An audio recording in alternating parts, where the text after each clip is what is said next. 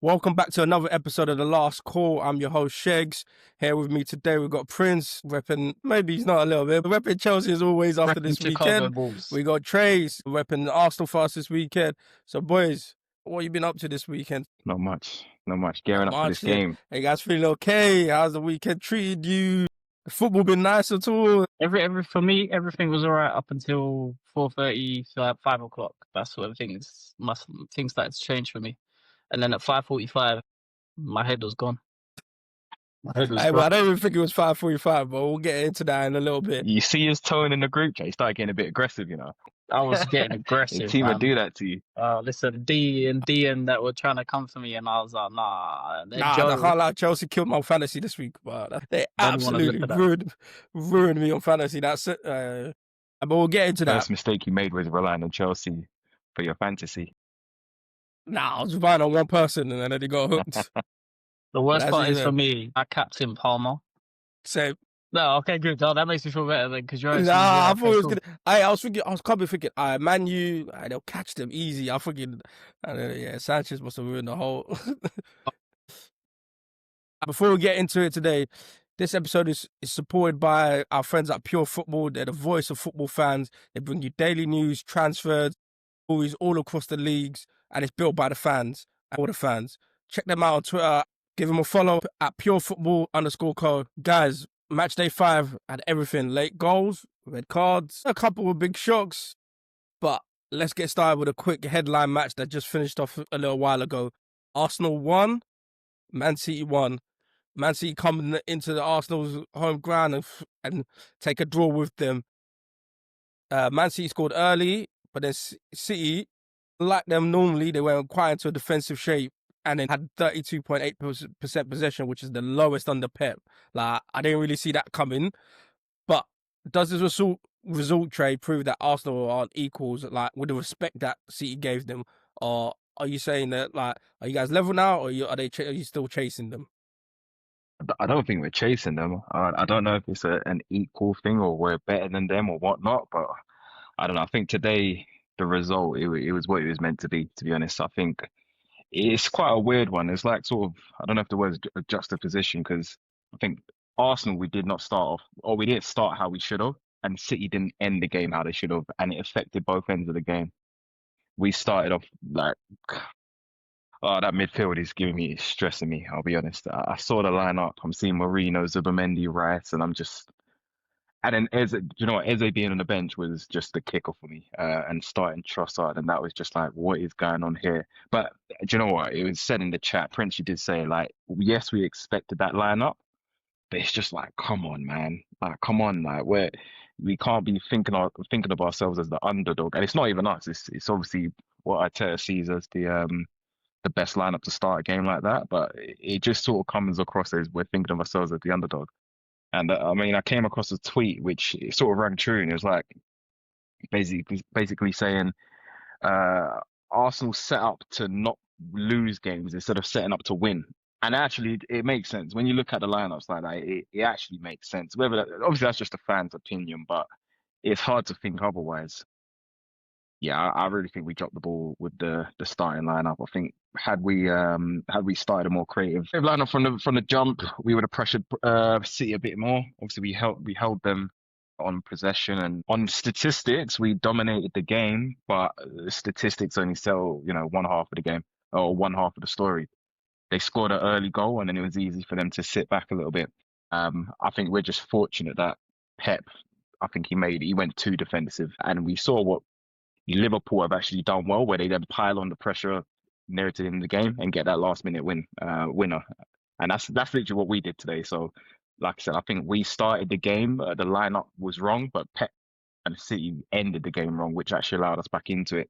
So yeah, it's a tough one to take. I think we could have got a much better result had the lineup been better from the start, but it's all speculation, to be fair. But yeah, no, I don't know, man. I think City are still there. Like, I can't sit here and say we're better than them or they're better than us, because the last couple of seasons have shown we are pretty level pegged. I think that's the right word, evenly pegged.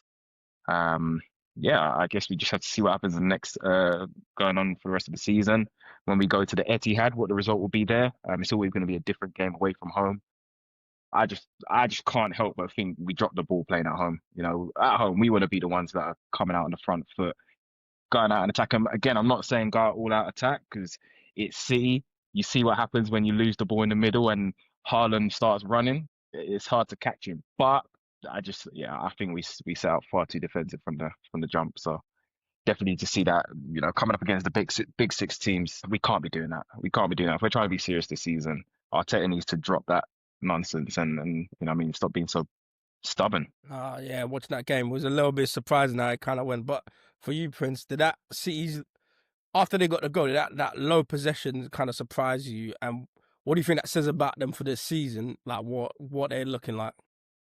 Yeah, no, I think it's weird seeing City have little of the ball.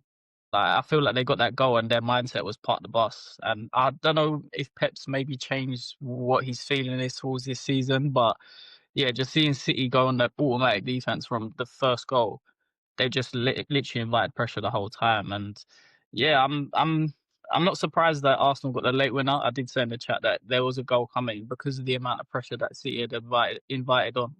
But for me, it just underlines how different this season is. Like, top sides are being challenged even when they don't have the ball. Like, that's it. Like, City, with all the quality that they've had and have, they're sitting back so early against Arsenal, which maybe them being at home was a factor in that. I'm not sure. But yeah, it was just different to see that from City. And I think maybe it was a bit of mind games from Pep as well, like thinking I'm gonna show Arteta how to do this because obviously we know Arteta sets stuff in a defensive way, and like you said, Trey, about the lineup, but it's just nothing that doesn't surprise me. This is Arteta ball. You do play great football and you are great on the attack, but you have defensive minded players. Mm. It's nothing not surprising in that sense, but yeah, I was surprised to see. Well, I wasn't too surprised to see how little possession City had, based off the fact that they went full part of the bus. And by the time the second half come, they were subbing off everyone just to get defensive. Ake came on like stones. They were just going full part of the bus, trying to hit it long to Savinho, Doku, and people like that later in the games. Yeah, the resilience of City at the back really showed. It just anything that came in, they were trying to get out. And what a great ball from Eze, by the way. And it shows why Eze should be starting games like that.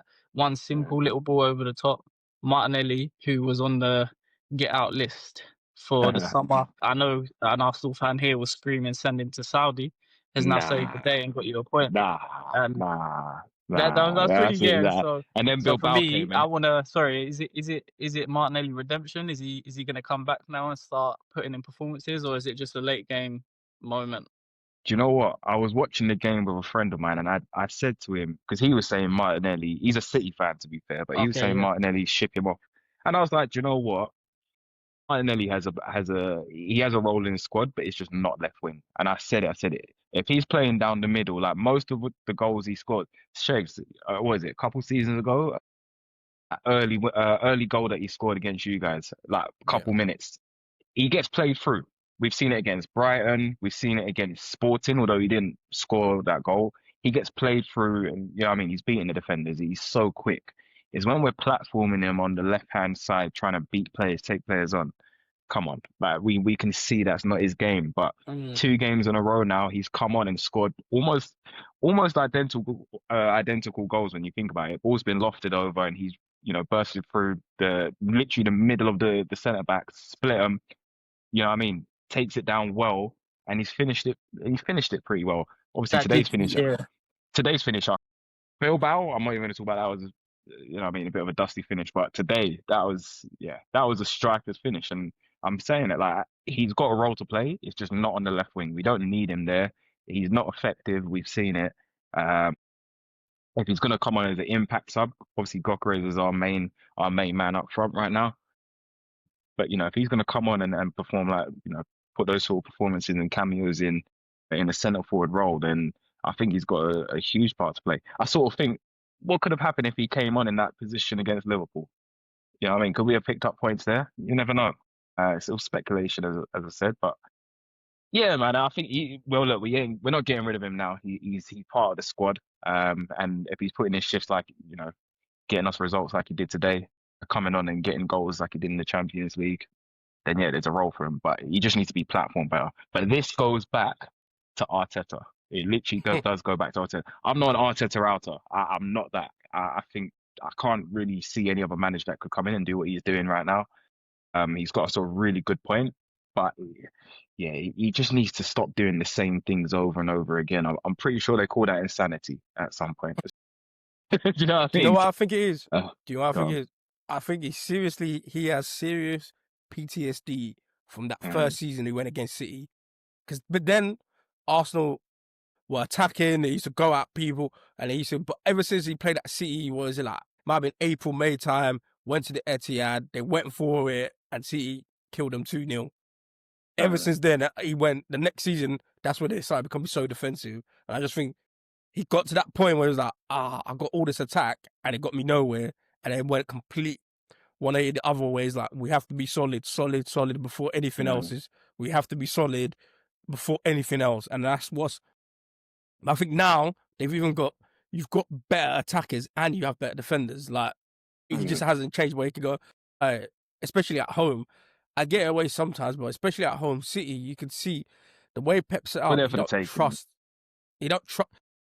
Pep ain't got that trust like he did before. Where it's like, anyone we're playing, we'll just go at them and kill them. You can tell he's kind of reserved. He knows he's got Haaland. He knows he's got one or two others that can do some things for him. So he's setting up to, how can I win now? How can I win the best? City are there. They were there for the taking. If Arsenal had put pressure on them, I think Arsenal would have won this game maybe like 3-1.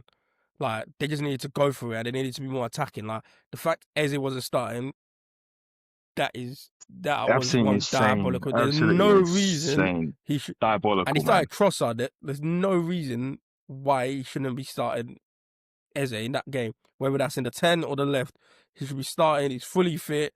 He's had a few weeks with you, man. Now he should be starting. But the other thing I would say is, I don't think, which I know Prince wants to get to me, Gokares, I don't think he's going to be effective in the big games. I honestly think if you play the big games, he's rather going to play Kai Havertz, when he comes back, I think will be better for these games. Or he should just go Marino For up top. sipping his tea, you know. I'm saying just go. No. It's not even it's not that I think he's a bad player or can't play or anything. It's his style. His style depends on being able to bully defenders. But when he plays the top defenders, that might not happen. That's why when he played Arsenal or when he played Liverpool, nothing, because he can't go bully Van Dijk and Kanate. And even today, Ruben Diaz and Garvadal, Well, yeah, you can get him out a little bit, but you could probably get at him with pace more than anything. And Mm. he's not got rapid pace. He's got pace, but he's physical. He wants to put his body on you. He wants to like hold you up, like run you about, like with like game fit. And I don't think these games won't suit him. So that's why he was like, we didn't see enough of him because the game doesn't suit him. The game suits him more probably in the second half when there's more space. And Mm. he can make runs into the channels. He can do stuff like the way City were playing. They were deep. It wasn't a game for him. Or do you think he's going to be any different, Drake? I don't know. Look, it's early to say. Obviously, I can see why non-Arsenal fans would definitely say that. Absolutely. But I sort of asked the question because we're judging this off the two games that he hasn't really been effective, which is Liverpool and Arsenal. Sorry, Liverpool and City, and we haven't set up to play to him. So how it's kind of hard to sit here and say, oh, he's not going to be effective because we haven't played to him at all. Like in the first half of today, I watched the game, probably count on my one hand the amount of times the ball was actually played in, a creative ball was played into him. Like again, Martinelli comes on, we bring on a couple more creative players, and now we start whipping balls in. Eze obviously a nice, again, lofted ball over the top. And that's not me saying Gokares would be able to replicate the pace that Martinelli has. I don't think many players can do that. But ultimately, what I'm trying to say is we're literally not creating for him at all. We're not even really getting the ball in and around the box for him. What can we really expect from that? Which is quite frustrating as an Arsenal fan. 'Cause I'm thinking we finally went and got that marquee striker signing, but it doesn't seem that our tactics have evolved to suit that, if that makes sense. And I think that's probably what a lot of Arsenal fans will be starting to sort of, tip their heads at now, like sort of what's going on here? Like, what was the point of bringing him in if we're still going to play that pragmatic football that doesn't really bring in a striker? It's like we're still playing with Havertz, who's dropping really deep and whatnot. So yeah, It's hard to say. Like I get it from, like I said, people that are looking from the outside, but I'm looking at it from, have we platformed him well? The same way I'm asking the question, are we platforming Martinelli well up to now? No, which is why we're not getting the best out of him. You put him in a position where you know what I mean. He can use his strengths more, and we get better results. Right now, I don't think the team is set up to play to Gokeres's strengths. But I think only time will tell.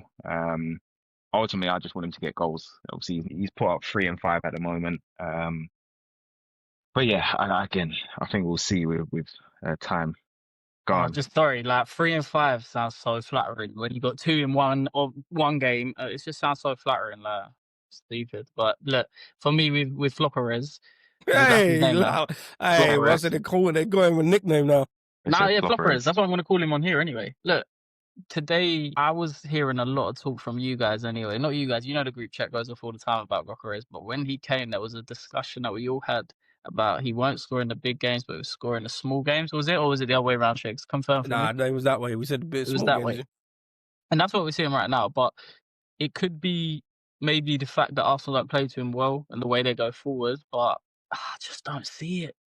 I see Timberlands and baggy jeans. That's what I see. And if I was Arsenal fan, I'll be truthful. That's exactly what you see, Trey. Be honest. Huh? Nah, man, I don't see it. What do you see? Nah. What is Timberlands and jeans like? What is this baggy? You don't even suit that. He What suits is this like nonsense, lederhosen man? and that What- and boots. What is this nonsense, man? This is that rage bait nonsense. Nah, man, Joe, I don't see that. nah. Yeah, go on, He's always let been me this be way. real. He's always ran that way. Like people weren't saying this before he came to the league, so I don't understand this nonsense. Nah, let me be real. Hey, It's too early to say, innit? Like at the same time, City sat complete back, and the delivery or the service to Gokeres didn't work, and that's what he's there to do, is to score goals. You want him to be on your last man, balls put into him, like, and stuff answer like that. honestly. Can you, from the games you've seen so far, can you really say we have played as if we have a striker up there? Be completely honest. Nah, not at all. So Yeah, but that's why I do you know said what he I mean? never suited Arsenal. The way Arsenal played, he never suited their style. Like Arsenal's striker type that would have suited them more now would have been your Isaks, Ekatikes, guys that can I don't come. know, Isak. No, because that's why Havertz suits Arsenal.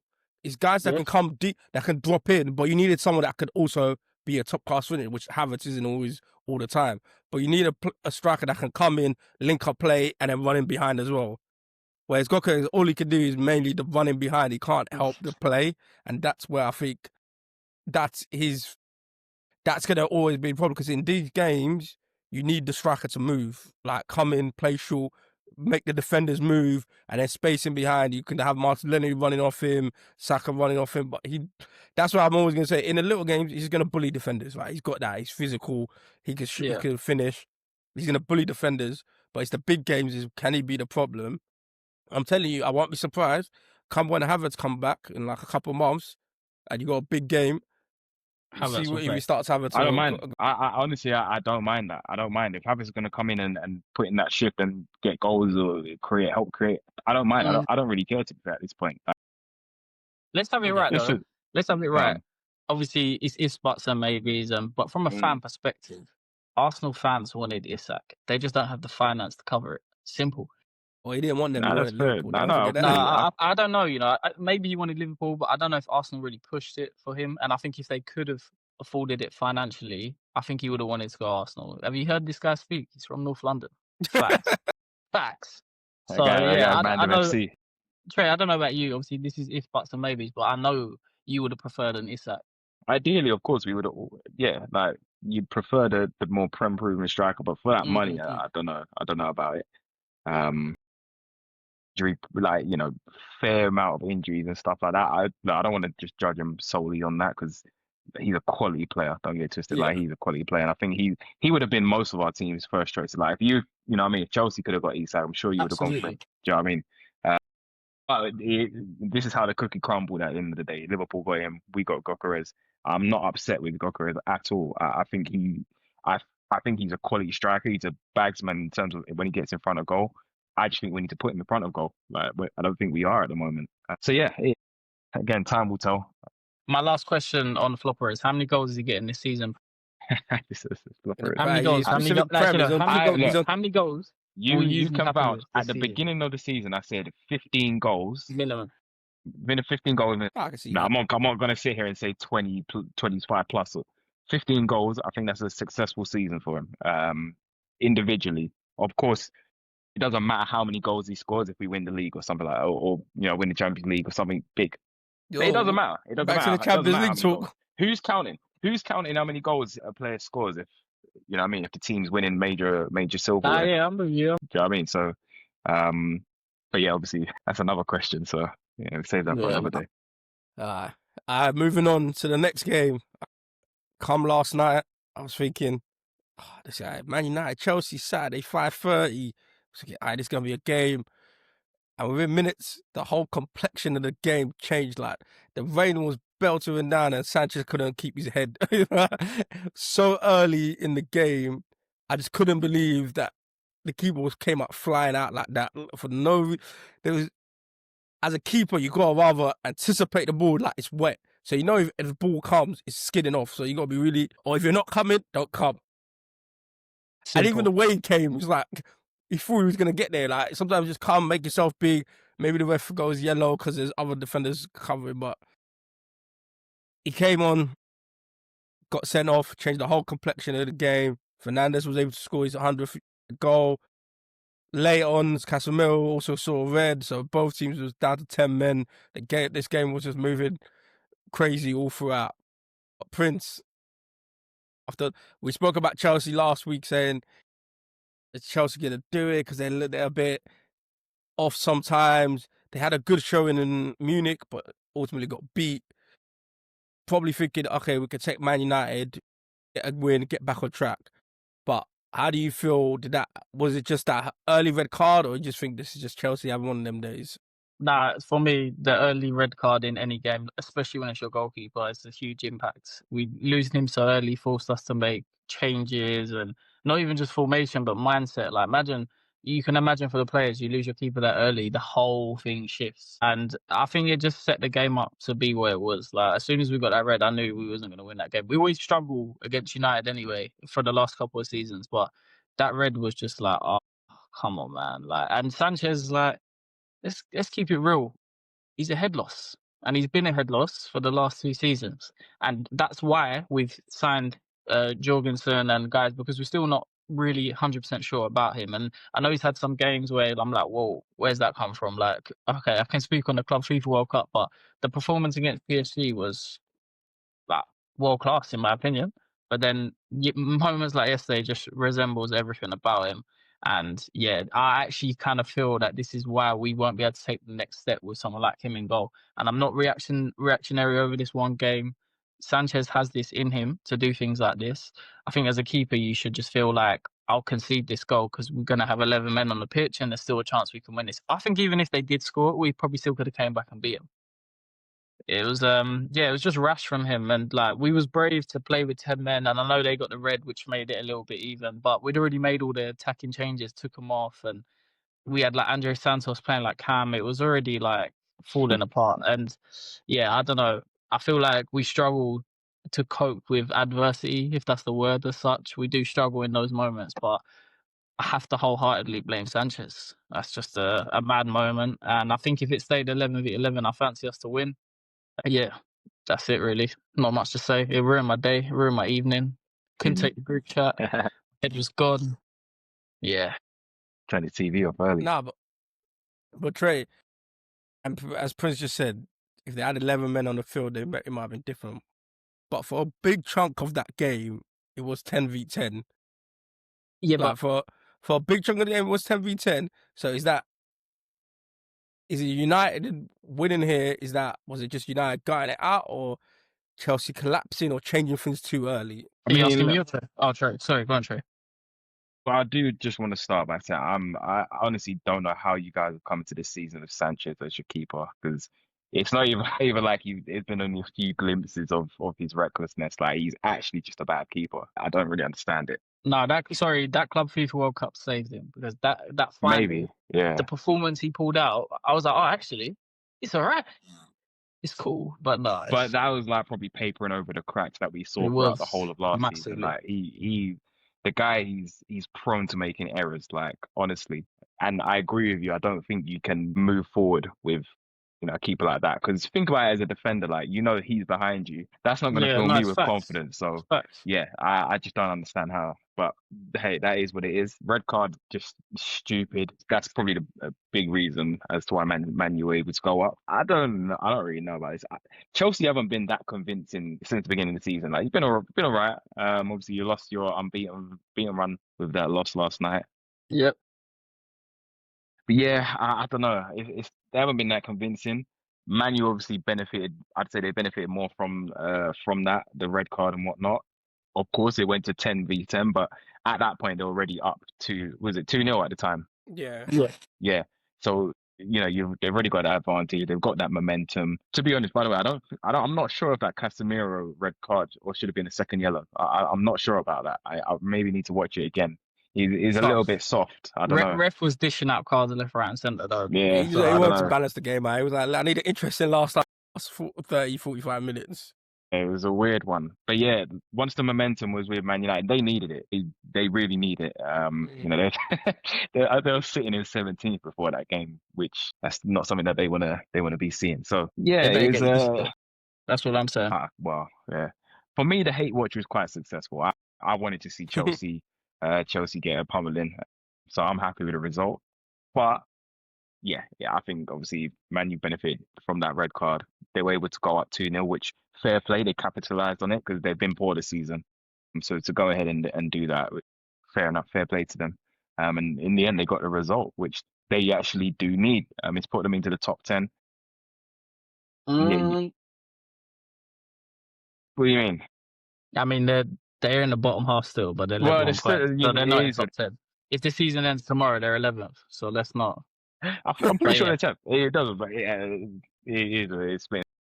Mid-table, they're mid-table. They're Mid-table. mid-table. Let's say that they're a mid-table club right now. To be fair, They are, yeah. yeah. Look, they need that going into the rest of the season. They need that momentum. Yeah, good for them. For me, like I said, it's a successful hate watch. So yeah, I'm I happy. could hear you. I could hear you in the group chat. Don't worry. I loved it. Spectacle. It was a spectacle. Like, watching that game, it made me think like, Man U will turn out because even before they got sending off, it was only like 5 minutes, but they was creating chances, getting balls in the box, attacking. Yeah. And I think this They season, look quite dangerous. Yeah. because they don't have no Europe, they're gonna be able to turn out some results like this. Like Chelsea went away to Munich, probably came back Wednesday night, or probably Wednesday morning, day off, train maybe Thursday, Friday, had a little like train, and then whereas Man U's had a whole week. I don't I agree. don't know about that. I don't. Yeah. I'm not sure about that. I think having that week gap in between, it gives them too much time to think about the next game. And But that's all they can I feel focus on. it's They true. can come up with a plan. Even also intensity though. Like think about it, like they've got this momentum from the win. Like a lot of the other big top six are going to be going playing midweek games where they can continue that intensity, hopefully. Yeah. Whereas Man U, they need to. The only way they're going to try and maintain that intensity is talk to each other in training. Do you know what I mean? Yeah, I know, but you need that. But think about it, look at their squad. They ain't got a squad to be playing midweek. If they were playing It's true. midweek, they would be finished. Whereas you can keep that top 11 going. People that sure get injured all the time. Like they had Cunha was injured, but they only play once a week. So it was like, okay, he missed like 2 games and he was back. Whereas if you're playing other competition, that's 4, 5, 6 games and he's missed now, and now you're in turmoil because you've lost a couple. But you can give them players rest and making sure that your first 11 that is decent. Like we all know they've got a decent first 11. It's just whether they could turn it up. I don't think all throughout the season. I just think at times they'll be able to turn out these performances, maybe against Chelsea, Tottenham. If Tottenham's got a midweek game and then they're gonna go play Man U away, that might give them the emphasis. Like I think they'll probably finish somewhere in the top half eventually, just because of that. And whether they get Europe, I don't know about that, but I think somewhere they'll finish around there.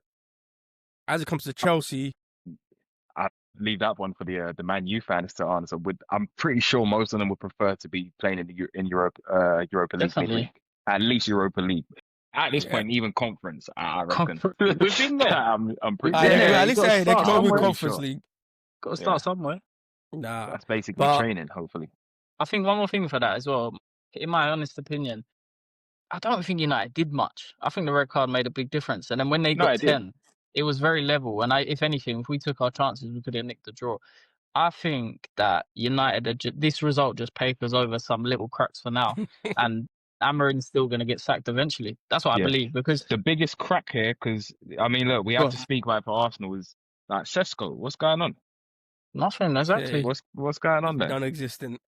Do you know what I mean? I'm Exactly. hearing a lot of talk about other strikers in the league that supposedly aren't performing, but like Mm. he looked shy last night. You know what I No, mean? it's true. You Like know you what? said, in the beginning of that game, Man U did start off well. Like Mbuemo looked dangerous. Like he was attacking down the right, had a Mm. couple shots, few of them deflected and whatnot, but he looked pretty dangerous. But I don't know, Sesko, I just I haven't seen anything at the moment. Literally nothing. So Especially in a game like that where like yeah, he was there when they had 11. I thought I'd see a bit more. I didn't. And I'm still gonna keep it with United. I feel that they still could finish bottom half because yeah, their results this year, they've got a win against the 10 men Chelsea. They had 10 men whatever, but they went 2-0 up when we had 10 men. And they scraped the win against Burnley. They've not shown mm, me that they're ready to finish top half. And I can't wait for them to be playing the Brightons, the Bournemouths, because these teams I think will beat them as well. I do. yeah, for sure. United is not. Yeah, look, we're waiting to see with United. They're a team that, man, they got problems going down to wherever. They've got too many problems. But I always said in Brentford should have went Tottenham instead of Man U. He's going to waste his best years stuck at Man U because they probably give him a crazy pay rise that no one's ever going to want to pay. He's going to be wasted there. But in terms of Chelsea, to me, this is just Chelsea. Like when they're up, they can be up. When they're going forward and everything's going right, they're up. I think your manager, they got a red card and then he's made too many changes at once.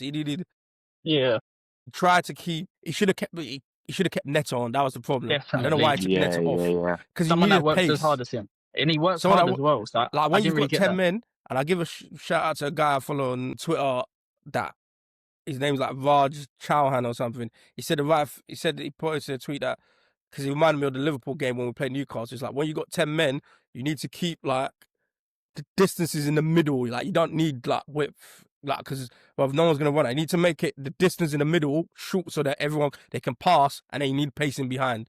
Like you need someone that can where it's like you can make short passes, hit a ball in the eye because that gives you that at least that counter attacking threat to keep them. But he tried to change it, and then he changed it again, and then he kind of just because then when it came to the second half, when you got 10 men, he had no subs left, and then you had no one with pace. And you couldn't if you could have brought in like a Nacho that you could be like, Well, oh, we'll no, just hit the plan was to bring Garnacho on, but then someone felt a knock. I can't remember who came off. Maybe Palmer Fafana. on it. Someone was tired, so he had to bring Yeah, Gusto on instead. But again, like we rushed it. Palmer had an issue with his groin. I could understand why he came off. That's a lot of running for someone that's still 75%.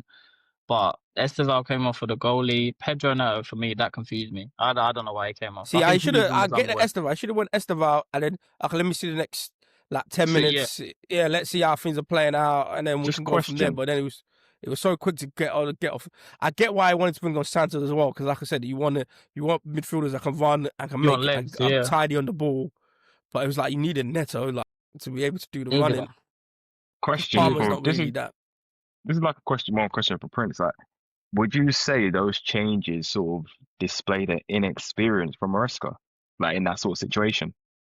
I guess so. I mean, it is a wild situation. It's not every day your keeper gets sent off in the 4th minute of the game. But Yeah. yeah, I don't know. I was confused. It was more than Neto one. Palmer, I can understand he's got a knock, and Esteval for the goalie. He's young. There's still time for him to do what. But yeah, to make them so quickly, I Mm. was confused. Obviously, he went 5 at the back and wanted to hold, but they scored straight away. So it was like, yeah, it was a bit messy, and it did show. But I'm not looking at this result as because of how the situation with the goalie went. I'm not looking at this as our downfall. I think we're only going to bounce back better. No worries, guys. Moving on. I had a good Saturday. Early Saturday was kind of nice for me. Hey, came Merseyside derby. To be honest, I hate 12:30 kickoffs. I hate Yeah, playing Everton. crazy. Well, you got to give 12. They've either give us 12:30 kickoffs or 8 p.m. kickoffs against Everton, and it's just like that any other time because them man, they just got some weird thing where they just make the game hard. We make the game harder than it we needed to. But for me, I was watching it. I was at Little Man's football training. I was watching it on the phone. I see us go up 2-0. I'm thinking, oh, yeah, comfortable. I got to watch the second half. I'll be chilled. And then it kind of went a little bit. They scored. But I feel like we're just making these games feel tighter than they need to be because they didn't really get that many shots on target. But the feel of it feels like that something was going to happen when probably it wasn't. But we just got to stop that feeling because, like, well, sometime it will. Like, whether like the 2-goal leads we've conceded and then come back, or it's we're comfortably 2-0, they score a goal and then now we're scrambling at the end, or it looks like we're scrambling. But 15 points for 15 points. Can't ask for too much more for my guys. How do you guys feel, Prince? Do you think we're looking really strong, or you think there might still be some weaknesses there? No, you lot are looking strong. Look, when you revamp your whole front three and are still pulling out winners, still winning games, like you said, 15 points. Yeah, you lot look strong. You're in form, sharp, disciplined. Obviously, when you're playing your rival, there's always going to be like the intensity of the fans and things making it what it was, and that's why they had a few little chances. I have to shout out Jack Grealish as well. I feel like he's a massive difference for Everton. Like everything he Yeah. can do on that side. Problems. Connor Bradley was having a little tough day, but then towards the end of it, he kind of got it together and was like locking him down. So, yeah, I feel that this is a Liverpool doing Liverpool things. On paper, you should be beating Everton. I know they're your rival, but you should be beating Everton, especially at Anfield as well. If it was the other way, it was at their new stadium, maybe it could have gone a different way. But yeah, look, like Liverpool are Liverpool. They're dealing with them. Ekitike's come in. It doesn't need no time to adapt, and he's still probably not at his best, but he still looks really good. Yeah. And yeah, like I have not a bad word to say about that game. You dealt with your rival how you should. Yeah, man. No last minute late winner. So yeah, everything's good, man. I can't ask for more than that. Trey, from an Arsenal's fan that like we're gonna be a challengers. How you feeling seeing like now you're already how many points behind? Is it 5 or 6? 5 points behind already. No, I don't want to just speak as Arsenal fan. Like, look, you guys are doing the business. You're doing what you need to do. You're winning games. You're getting 3 points, regardless of how you're doing it. Obviously, so we could talk about the magic. That's running. Like, you're doing what you got to do. Do you know what I mean? And yesterday was probably one of the more convincing performances that you put in. Yeah, to be fair, Idrissa Gana Gueye got a goal that was a banger. Yeah, that was a banger. Can't really That do was a too good much goal. about that. It was a That was good a good goal. goal. Yeah. You know what I mean? And those happen from time to time. But yeah, you guys are. I said it last week. It's the pressure that you guys are putting on. Like, I don't know what it is, but you can see the mentality there. Like, you guys aren't trying to drop points. Like, it's like if it's not a win, it's a loss, and that's what's. You know what I mean, you're putting on pressure from the very first minute, which is why you got two fairly early goals. Both came in, I think, the first half an hour of the game, innit? Yeah. Do you know what I mean? And for any team against, you know what I mean, the champion of the country, it's always going to be hard to come back. I don't think any of us were sitting there expecting Everton to make some sort of drastic comeback. Do you know what I mean? I couldn't really see it. So yeah, you're doing the business. Obviously, you guys, you're happy.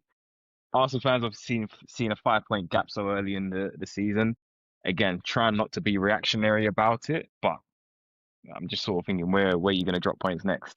Or when are you going to drop points is the question, I guess. I still think you look like you can be got at. I've said that from the very beginning of the season. I think everyone can see that. You'd be lying if you said otherwise. But like I said, the mentality of Liverpool right now looks so strong. It's like even if you can get got at, they're going to outscore you, and that's what's happened every game so far. Yeah, you know, you've conceded, but you've outscored the opposition by just piling on pressure. What can I say? It is what it is. Can I just touch on one thing? What Shegs Verts can't start that game now. Hey, look, hey. Fraud watch. Hey, Like, listen. let's have it right. Fraud watch. It's I looking trust like my money man- laundering right now. Go on, Hey, Shegs. I trust my manager. He said my manager thinking long term.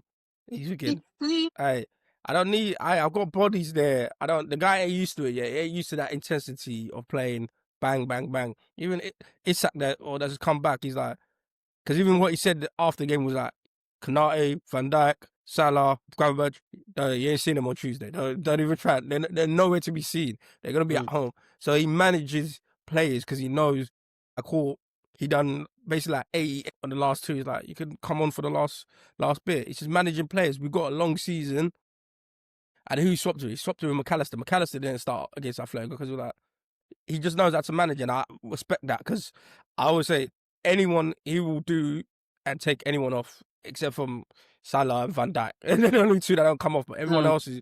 Can we go on this? It's all right, man.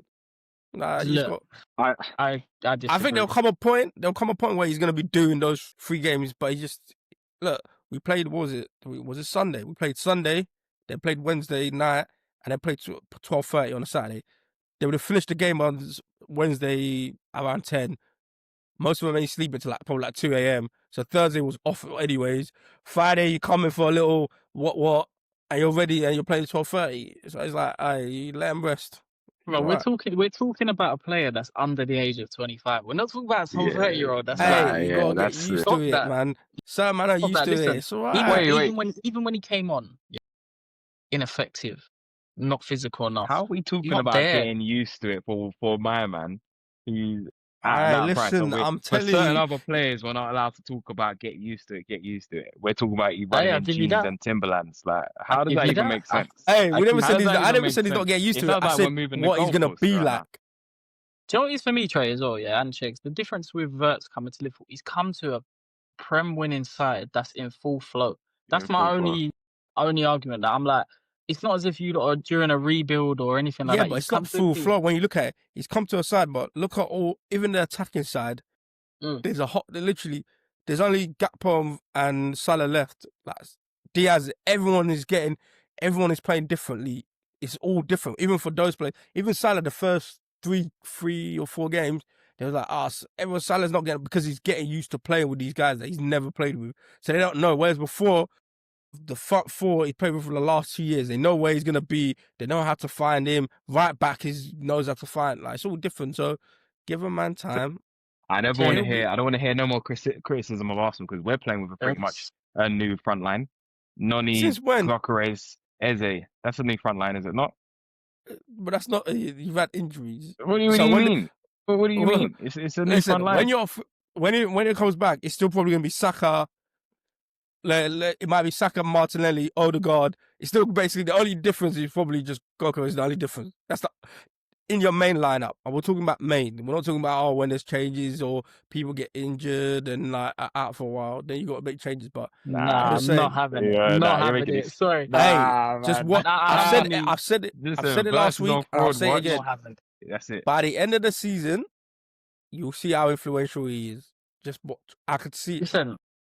By the end of the season, you see how influential he will be. I'll tell you what. I know he's... Sorry, go on. Gravenberch has looked more effective than any of your midfield. I got to give it to him. Gravenberch has looked really good. That goal he scored yesterday. He's been doing this his last season. And think about it like this. Gravenberch came out probably the same age that Wirtz came. First season, people were saying, we wasted money. This guy can't do nothing. And then slot comes, sorts him out. Next season, he's one of the best midfielders. He got young player of the year. So it's an adjustment because German league it's like they're very technical, but it's not as quick. It's nowhere as quick as the Premier League.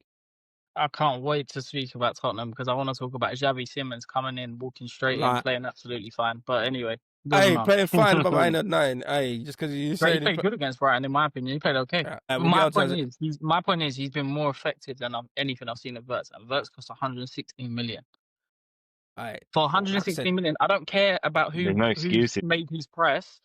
16 million is a special price for a special player. When you spend that money on a player, you want you're spending money because he's coming in, hitting the ground running now. There is no adaptation. Not after Christmas. I'm hearing. I'm not saying it. I'm just saying we'll see. Like I said, he'll be more by the end of the season. We'll revisit this conversation. And if I'm wrong and he's nothing, I want to see keep the same energy, my boy. I'll be like this. Look, keep the same energy, my hands my up. boy.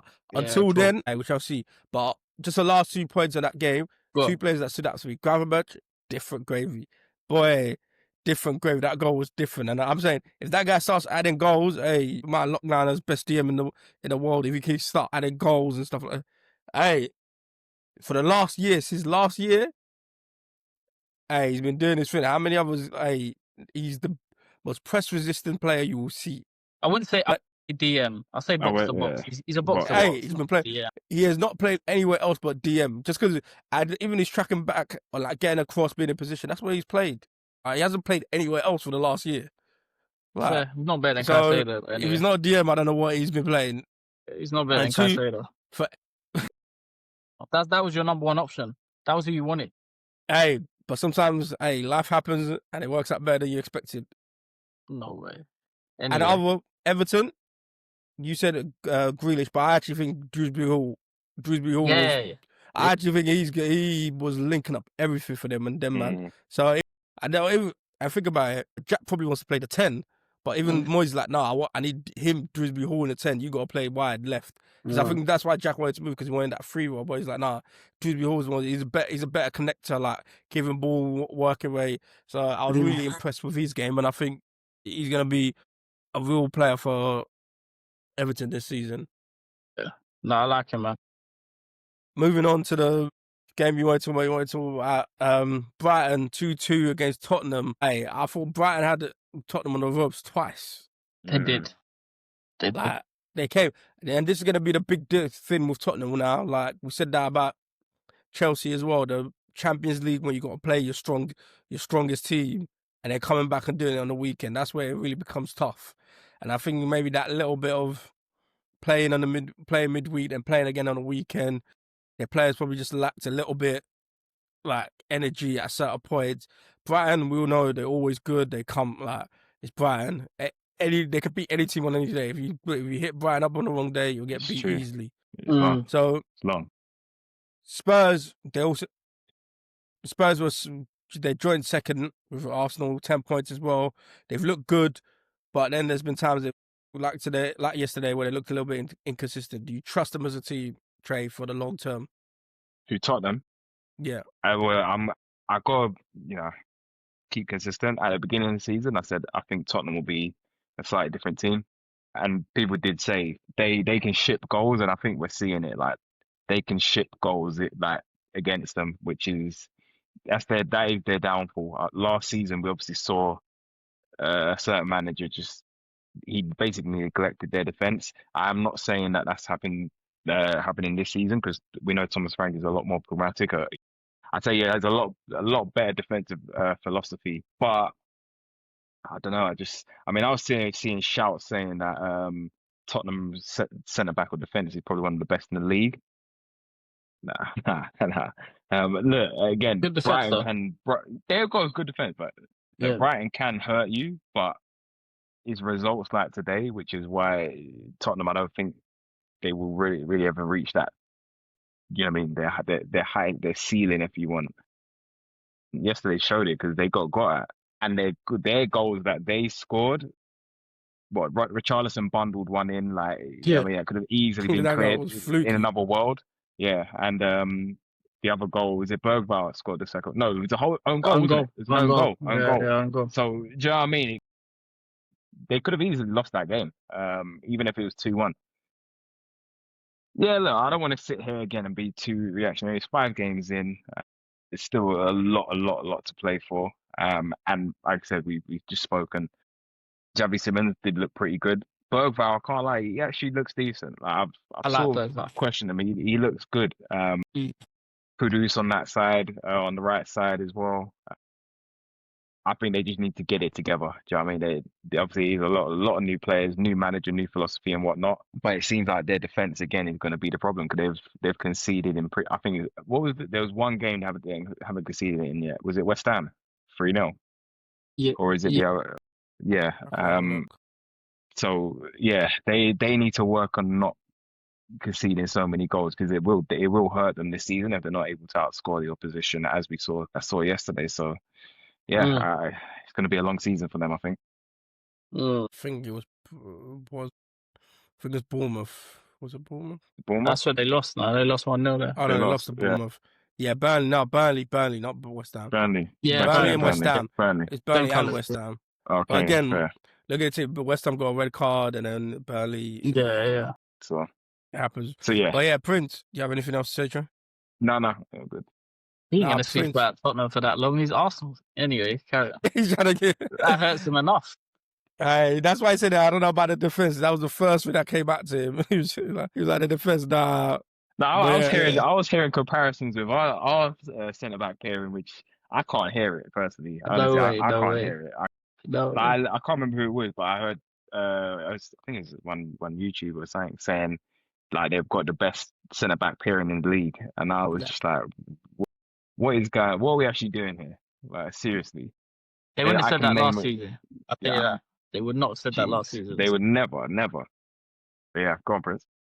Nah, their things are too aggressive. But yeah, Prince, from a Chelsea point of view, does it look like Spurs is going to be like your closest challenger to like being in that top 4 race this season? I mean, maybe. I like what Thomas Frank has brought, and I like the players that they've brought in. I feel like Tottenham always on paper look good. It's still early days. Let's see how they're doing at Christmas time and stuff like that. Brighton make life difficult for everyone. Brighton will make all the big sides. Brighton make life difficult for. They'll go and play a Burnley next week and probably lose 1-0 or something like that. It's just what it is with Brighton. I feel like Brighton have so much quality going forward as well. Like the goal that Minter scored, and who's the other guy? Ari strike. Probably Mate, keeper should have done better as well. Oh yeah, that was a good Yeah, strike no, though. yeah, I feel like Tottenham will be there with us, probably in the sense of that we're at a similar sort of position. I don't know, but we're a lot better than Tottenham, man. Stop that. Stop that. I'm not having that. no, you're going to have to play them soon. We'll soon find out. But interesting. I think for me personally, Liverpool, City, and Arsenal are probably the 3 that will challenge. Chelsea and Tottenham are probably the next to see who kind of gets that next position. Villa, we're about to talk about it, but they're falling off a cliff. I'm not. I'm not having that. Newcastle, maybe. I'll see how they need to turn it around. But yeah, I think those teams, you ain't really gonna get Forest this year, I don't think. So it kind of Mm, needs. I feel like it's gonna be between Spurs and Chelsea. Kind of gets that next space. So I'll I be interested disagree. to see how it goes. I But disagree. I think we'll still be there with you guys. I'm not writing us off after one game against Man United. None of you lot will want to play us. That's all I'm saying. You might think otherwise, but I'm excited to Yeah, play you guys. I'm not scared of you. I'm looking forward to playing see if Chelsea. I'll be honest. I would have wanted for Chelsea. I would have said it's best to play those teams now, where like they all still kind of because I think I'm not sure when you play them, but come October, November time, Liverpool, Arsenal, City, they're gonna be firing. They're gonna be knowing what's what. They know their teams. They're playing every couple of days. It's gonna become a routine. Like I think that's gonna be a bigger challenge. But Let's see. Time will tell. We'll revisit this because I like we disagree with said, you. your Champions League is gonna be your biggest problem because Palmer can't play every game, and then once he's off the field, it's Yeah, Chelsea are I different. don't think Chelsea got the squad for Champions League right now. Well, yeah, I don't think so. They got the squad, they got the numbers, but the Yeah, quality to be able quality, to I do don't think both. it's there. Champions League Not is to not my maintain priority. both. Fair. That's fair enough. I'm here for the Prem, and I'm not going to write us off after one game against Man United that we can't compete with you guys. And When you just wait say and see. right off from what? Like finishing No, top because four? I We feel saying? like what because of this Man United game now, everyone's looking at us like, oh, there's problems, there's this. We'll see, innit? Because I'm not getting off that one game and thinking that we're out of any race. Like it's still early days, teams can still lose, and that's that. We just see Man City lose to Brighton. We see like teams can lose, so I'm not worried about that. And I don't want to put us in a bracket with Tottenham. I feel like we can, because Tottenham beat Man City as well. Yeah, So that's I true. feel like I'm not. Don't write me out with you two. I'm not having that. There's no way.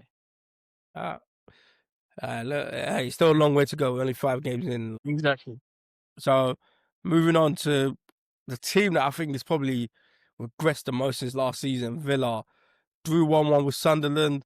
They finally got their first goal of the season. Like, imagine we're 5 games in, Yeah. and it's even Matty Cash. I don't know what's happened with Watkins, but There's a keeper fumble as well, really. they finally got their first goal. Villa still winless after 5. They went a man up. Sunderland got sent off.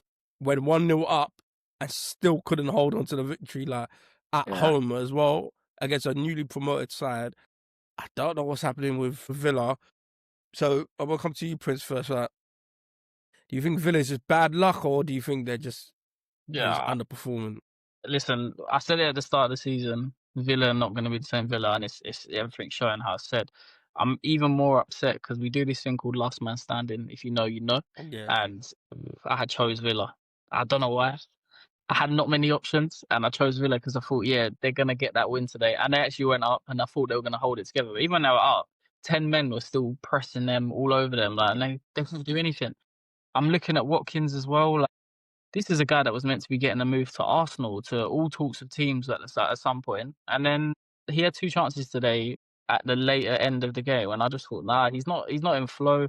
I don't like the state of their squad. They have some quality players, but I just don't even feel like they know what they're doing right now. Like, yeah, it just seems like a big mismatch of players playing together, and it shows in their signings at the end. When they got Sancho, it just felt like a panic. Yeah, I Felt forgot like, it was. yeah, they got Sancho. He came on today as well, and when he came on, it felt like they were trying to just do something for us, because it just shows their business wasn't great and they didn't really know where to turn to. But yeah, Villa's squad, they got quality. Yeah, they're not. I don't know if they can turn this around. And Emery walked down the tunnel 10, 20 seconds before it even ended. He was just like, yeah, it's done. Watch out, man. Wouldn't be surprised if Emery loses that job soon. I'll be real. Yeah. I wouldn't be surprised. Just flipping on the other side, Trey, do you think Sunderland have had a good run to the start of their season? Do you think it's sustainable, or it's just like they come in, they spend a lot, they're just enjoying their time, and eventually it'll kind of like, when it gets like November and it's cold, it kind of just dies?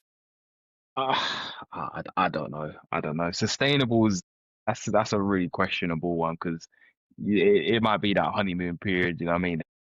They're back in the Prem. They've signed players like Xhaka and whatnot. So there's that excitement around there.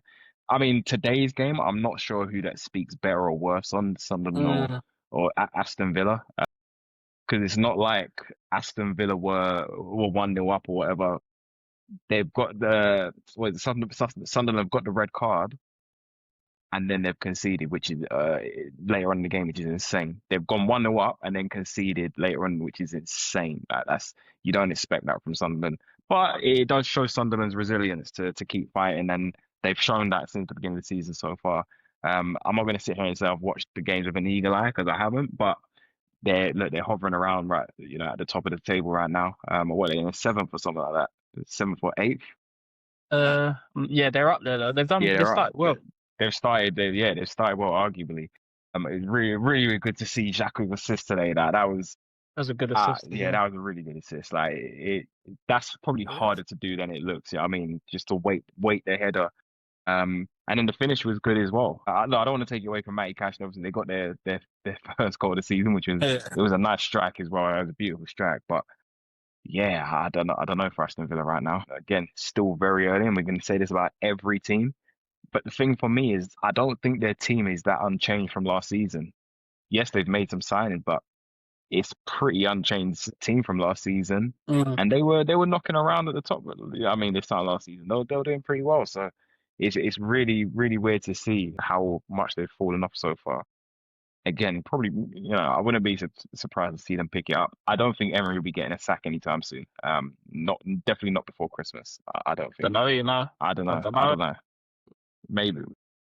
I slightly just think it's just bad vibes. I Mm, think if Emery could turn the vibe, I think the team has just like they go with the Jalen Ramsey, which no one in the club, I think, or no one in the team, like the manager, they didn't want to get rid of him. That was a bold decision to get some money in and get some mm, free. So that's another that creates a bad vibe because everyone's like, we're trying to go somewhere, and now we're selling some good one of our good products that didn't even want to go. We think he's good. Martinez wanted to go all summer, or they said they were going to sell him all summer, and then last minute, oh, you got a new contract. mm, Like, again, just creating vibe. Watkins same was going to get sold to Newcastle and whatnot, and Arsenal, even like get all these talks. And he's just, I think around the thing must just feel like a bad vibe. And that Emery, he wants to, the type of manager, he wants to go forward. And then every time he's getting told, no, we've got no money, we've got no funds, you got to loan this player, loan that player, we've got to sell this player. Like, he's, the energy in the dressing room and everything, I think it's just a little bit off. Could they bring it back? Possibly. I think Emery's got that. If they go on a little cup run, Europa League, Europa League, go on a little Europa League run, I could see that. I think they're going to be probably finished somewhere between 6 and 10, somewhere around there. But I think Emery will probably just come second half of the season and go, let's go push for Europa League. I think that'll be their thing that can drive them back. But they His still got a bread and butter. decent team. They got a decent squad. Mm. They got decent players. Like, it's just one of them. I think they're stale at the moment until Yeah. they need something to give them that little juice back. But I don't we'll know, see you how know, they go. I just when I watched it today, I just don't see Emery as a person bringing this back together. I feel like it's gonna keep getting worse and worse now. Maybe I don't know. Villa fans would speak differently. I don't know, but I can't see Emery being the one. Yeah, probably, but I just can't see them turning this around. Like, Sunderland are a newly promoted side, and they they dominated the game in my like other than the red card where they lost possession because they had to sit back. Every time they had the ball, they looked way better than Villa. I'm worried about Emery, you know. I am worried about Emery, and I think it's not because he's a bad manager. I just think he's kind of lost the dressing room. You just named key players there of that squad: Watkins. Am I still here? Yeah, Watkins, Martinez, all these guys, key players that were looking to go. Martinez was crying at the end of the last season. He was gone. He Yeah, was nah, it's gone insane. mentally. So I don't know. I think that dressing room has probably lost its way, and I think they're gonna. We'll see, but I can see that being a change there. I can see that. Yeah, nah, we'll see how that turns out. And that's some of the other results of the weekend because we'll jump through these really quickly. West Ham Palace 2-1. Dre Palace an away win. They get another win. They're Still still undefeated unbeaten, this season. and you've got them next. Man, You've Who's got got two them them? next. That's undefeated gonna be beats. And they could cause us problems, but they ain't got no more Eze. That was all. He was the biggest problem. you say that, but they're literally still undefeated. Yeah. Mateta got his 50th goal for Palace today. Sorry, yesterday. I think they can give you a game. I like Palace. I like them. They're doing well right now. So I think that's going to be a real test for you guys. Not surprised that they beat West Ham. Scored another goal from a corner, which is obviously the bane of West West Ham Ham's lives stinking right out. now. They're stinky. They're stinky. So yeah, not surprising. Not a surprising result from both teams. And West Ham have just come up against a pretty informed Palace side and West Ham are struggling right now. So yeah, it'll be interesting to see how Palace do next week. To be honest. Yeah, no, we just see Prince Burnley 1-1 against Forest. Like Forest drew, they look strong, but or did they look strong, or you think Burnley just lack an edge, or is this just one of them? Both teams ain't really got much going for them. Yeah, literally, but not much going on. I expected Forest to redeem themselves for the midweek failure against Swansea in the cup. I don't know if you saw that. They were up 2-1. They lost 3-2. Two late goals from Swansea. Not that you would have seen. But yeah, no, another one of my last man standing teams, by the way. Forest let me down. Done. I'm out of what? Like, I'm out. But You yeah, need to no, work on the Forest. picks. Yeah, I had not much option left. Forest to beat Burnley and Villa to beat Sunderland was all I could do in it. So, but yeah, I feel like Ange coming in, it's just you just never know what you're gonna get. And Yeah, that Forest side, I know there was some personal drama going on with Nuno and that, but that could be detrimental to what they do. Obviously, they still got quality and stuff, but didn't look great. And yeah, Burnley needed that point, another point that's going to help them on their way. So yeah, credit. That's good. Yeah, I don't think those players ain't edge players. So that is still bad. They're not his type of players. But we'll see how they go with that. Surprisingly, Leeds come back. I believe they were 1-0 down and come back to win 3-1 against Wolves. Trey, ID promoter sides have shown this year that they're not here to be played with. They're not here just to be just points on the table. Like Leeds look sharp. Do you think this is gonna gives them another chance or good chance of staying up this season? I mean they played bottom of the table Wolves, which considering Leeds were the newly promoted side, it's so surprising how bad Wolves have been so far. I'm not sure what's going on there. But yeah, really good result for Leeds. I don't know. I was watching the highlights of it. And I was happy to see Calvert-Lewin get that goal. He's obviously had a pretty hard time with injuries and stuff at Everton, and he's got his move to Leeds, and he got his first goal, and it's quite important. I think it was their second goal of the three, wasn't it? Second, yeah, second. Yeah. So yeah, no, good for him. And yeah, good for Leeds for sure. I mean, just said it about Burnley. That's obviously going to be a big 3 points on their journey to staying up. And it just so happened to come against bottom of the league, which opens that gap out. So yeah, good for them. Good result. Wolves, they're probably going down this season as it currently stands. I think I can't remember the guy's name, but the striker who scored, he's a new signing for them as well. Good take, but just wasn't enough for them. They've just been poor defensively this season. Just Just to add on that, now this is troublesome times for Wolves because they would Trouble. have gone into that game thinking, "Nah, do you know what? We'll get this one. We'll get this one," and they got dealt with. Like Leeds played free, played great. Wolves just looked shaky all over, and it's probably their time to go down. Probably, Yeah, might probably be. Let's go get Nuno comeback. come back. Possible. Yeah, wait, Maybe, right. maybe. He spins the block. He'll be waiting for Villa, man. He'll be waiting for that Villa job. Watch. Or Prince, Man U. Yeah. nah, Nuno to Man U would be crazy. Prince, Fulham. I think we said last week they didn't make any signings, but hey, they got Marco Silva's got them going, and they thoroughly dominated Brentford. I think I saw it somewhere online. Someone said they're like a team like based on FPL. It's like they ain't got no one special, but they Yeah. get these players like every now and again. If you put them in your FPL, will just go on a run. Like it won't be Muniz, Anderson. Like they'll just have these games like 3, 4, 5 games. They just do for it, and then they'll just do nothing. But they dominated. How you feeling about them for the season? Credit to them, like a London game. Good for them to get a result against Brentford. I think King made a mistake in the first half for the goal that Brentford scored. He played a first time pass, and I think you could see his reaction. He was feeling it, but Iwobi was in his ear like, "Don't worry about it." And then Iwobi come and clutch and saved that goal, redeemed it for him. But now Fulham done the business. Like it's not easy to. You would expect that game to be like a 0-0 or a draw, but they dealt with them quite nicely. And So, yeah, I don't know if it makes much difference for the season, but it's good for them to get them type of results because, like you said, the newly promoted sides are here. Like they come in and they're trying to stake their claim to stay in the Prem. Although Fulham, I wouldn't say are anywhere near to being like a relegated side. You never like they need to pick up victories when they can, and Brentford's a good victory for them. So credit. Yeah, no, I completely understand. With Newcastle, this was a surprise to me. I thought Bournemouth attacking team, Newcastle coming. So I thought it might be an end-to-end, maybe goals, but his goalless draw weren't really much happening. It was just one of them games. Both teams, I think, would probably just look at it and go, we can do better. Like they could probably both think we could do better. Newcastle coming off their first Champions League on a Thursday against Barcelona, probably just one of them like just take. But just to say, Newcastle haven't conceded this season except for one team. But I'll leave that. I'll leave that to you guys. They've only conceded against one team. But that's all you might need to know. Moving on to next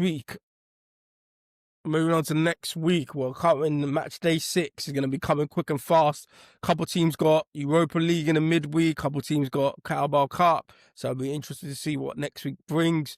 But Prince, with Chelsea at home to Brighton, this is a little bit of your feeder club. So the Chelsea scouts probably looking at their next buy. But is there a chance for you guys to get that?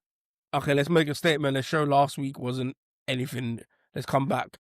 Definitely big chance for a statement. I feel like we've got the squad depth anyway to be able to move things around.